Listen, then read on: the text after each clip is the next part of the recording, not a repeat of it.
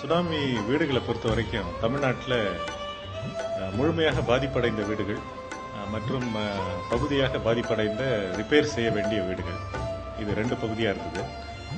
Repair செய்ய வேண்டிய வீடுகள் ஒரு 11,694 வீடுகள், பெரும்பாலும் என்ஜிஓ சப்போர்ட்டோட கட்டி முடிக்கப்பட்டு அவையெல்லாம் அந்த வீடுகளில் அந்த மக்கள் வசித்து வருகிறார்கள். இது முடிந்து ஒரு கிட்டத்தட்ட 2 வருஷம் ஆயிடுச்சு. புதிதாக கட்டப்பட வேண்டிய வீடுகளை பொறுத்த வரைக்கும் ஏறத்தாழ 53,000 வீடுகள் நமது என்ஜிஓ சார்பிலையும் அரசாங்கத்தின் சார்பிலையும் கட்டிட்டு இருக்கோம். இந்த 53,000ல் 31,000 by NGOs, 22,000 by the government. NGOs பொறுத்த வரைக்கும் அவங்க கட்டிட்டு இருக்க வீடுகள் எக்ஸப்ட் நாகப்பட்டினம் டிஸ்ட்ரிக்ட் கம்ப்ளீட்டாக முடிச்சுட்டாங்க. நாகப்பட்டினம் டிஸ்ட்ரிக்டில் ஒரு லாஸ்ட் ஒரு 1000 ஹவுசஸ் அது ஃபைனல் ஸ்டேஜஸில் இருக்குது.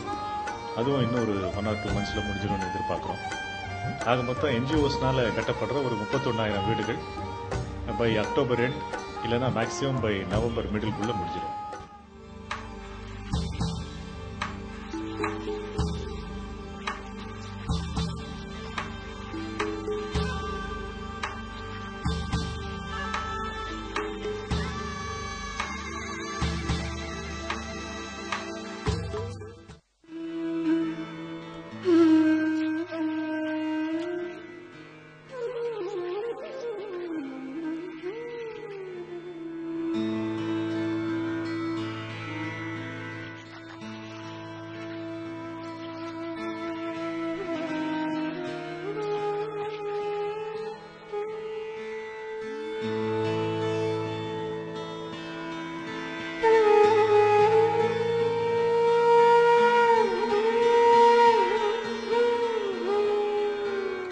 லூக்காஸ் வீடு கூத்தங்குடி ஐயா, வீடு கட்ட செல்ல செல்ல அசையானங்கிறான் ஐயா.